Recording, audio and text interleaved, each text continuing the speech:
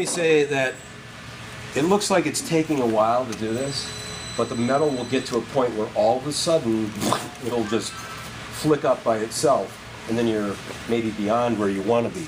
So when you start getting it looking like it's moving around, you have to really watch what the metal's doing so that it doesn't end up going way out on you.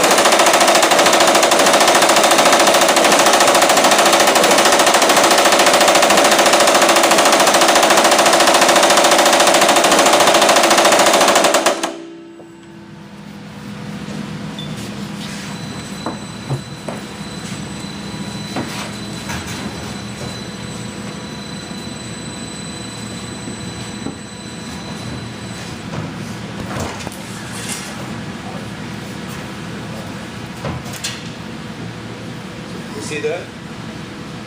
Yeah, that's arced out. I could keep on going and really get it out there if I wanted to, but that's not what this class or today is about. Just kind of showing you what that machine is capable of doing. How long have we been at this? 45 minutes. About 45 minutes. Okay. For 45 minutes? Okay. Not bad. I mean, it's got some shapes to it. I would have obviously brought this out a whole lot more. Got it to this point. Where you can see the shape flows out real nice on this. Starts to trim back out. Like I said, I had about an hour and 25, 30 minutes in this thing. And then I'll use the wheel. Where we'll put the rubber wheel on the top and a higher crown wheel on the bottom.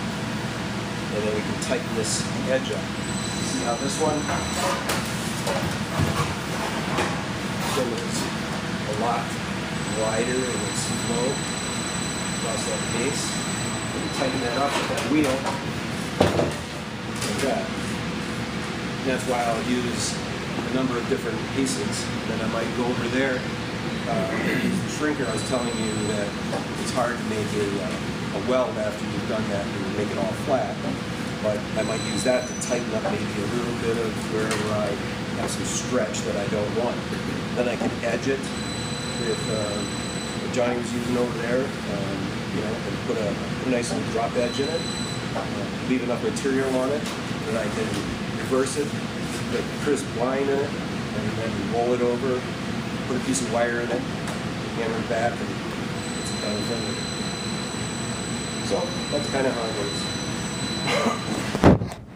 Any questions?